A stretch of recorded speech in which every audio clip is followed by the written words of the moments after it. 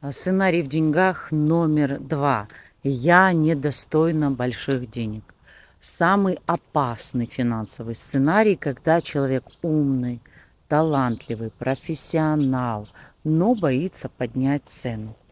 Боится заявить о себе, боится продавать, боится быть дорогим экспертом.